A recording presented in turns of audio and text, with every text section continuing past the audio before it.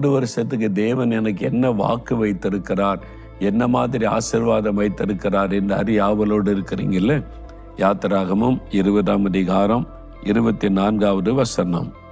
நான் உன்னிடத்தில் வந்து உன்னை ஆசீர்வதிப்பேன் என்று சொல்றார்.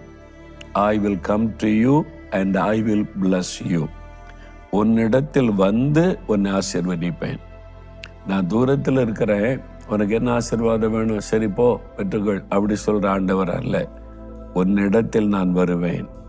வேத புஸ்தகத்தில் நீங்கள் வாசிக்கும் போது சிலர் வந்து இயேசுகிட்ட ஒரு ஆசீர்வாதத்தை கேட்கிறாங்க, சுகம் கேட்கிறாங்க, ஒரு விடுதலை கேட்கிறாங்க. ஆண்டு சொல்ல நான் வருகிறேன்.